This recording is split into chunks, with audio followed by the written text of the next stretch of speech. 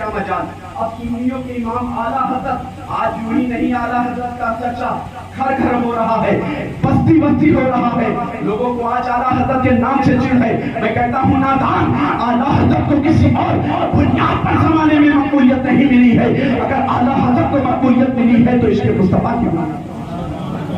ہم سنیوں کے امام نے دیکھا کہ اللہ تبارک و تعالیٰ نے اس کائنات میں نور مصطفیٰ صلی اللہ علیہ وسلم کے صدقے میں زمین کو پستی عطا فرمائی ہے.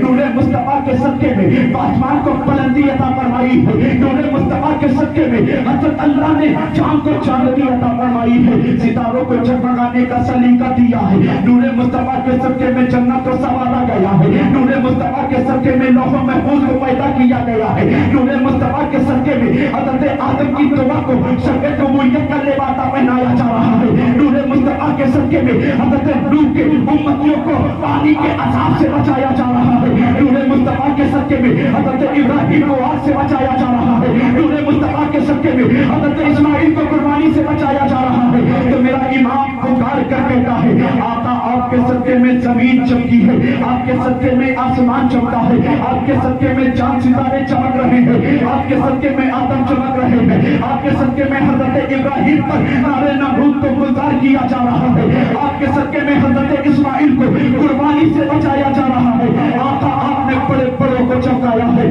آقا آپ نے بڑے بڑے کو چمکایا ہے.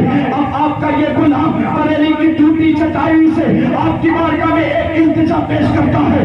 آقا آپ نے بڑے بڑوں کو چمکایا ہے, تو آپ کا یہ غلام بھی آپ کی بارگاہ میں ایک عریضہ پیش کرتا ہے اور یہ کہتا ہے کہ چمک تو سے آتے ہیں سب پانے والے علاقے میں چمکانے چمکا.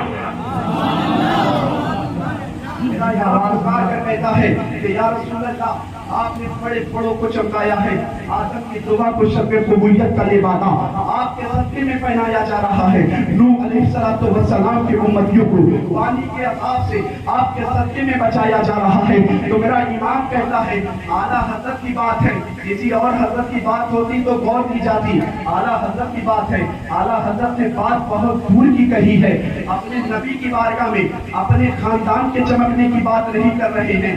ہمیں کوئی بڑے بادشاہ کا دربار مل جائے, ہم سوچیں کہ دل میں تمنا جو ہو کہ بادشاہ کی نگاہیں کرم ہو جائے تو گھر چمک جائے, گھر عالیشان ہو جائے, خاندان چمک جائے. مگر بریلی کا قلندر کہتا ہے آقا آپ نے سب کو چمکایا ہے, چمک مجھ سے پاتے ہیں سب پانے والے, میرا دل بھی چمکا دے چمکانے والے. کہتے ہیں آقا آپ دل کو چمکا دے, اس لیے کہ عاشق کی بات ہے, ایک قلندر کی بات ہے, ایک مجذوب کی بات ہے, ایک عاشق رسول کی بات ہے. کہتے ہیں آقا آپ نے سب کو چمکایا, میرا دل چمکا دے. اعلیٰ حضرت بہت دور کی بات کر رہے ہیں, کہہ رہے ہیں دل کو چمکا دے, میرے دل کو چمکا دے. اس لیے فرما رہے ہیں کہ دل اگر چمکدار ہوتا ہے تو نمازوں کا لطف ملا کرتا ہے.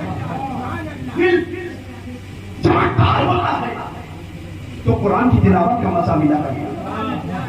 دل چمکدار ہوتا ہے تو اس دل میں بغض, حسد, جلن, یہ تمام تر جگہ, یہ تمام تر چیزیں جگہ نہیں دے پاتی.